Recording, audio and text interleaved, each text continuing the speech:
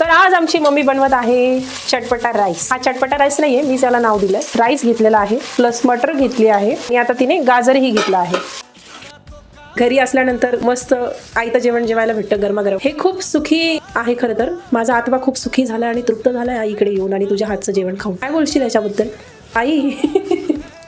आई फक्त हसते. आई please say anything. काय मी बनवते तुझ्यासाठी. वाव मम्मी, तो ठेचा पण ऍड करते ना? हो. वाव, हा तू घरी बनवलास? हो.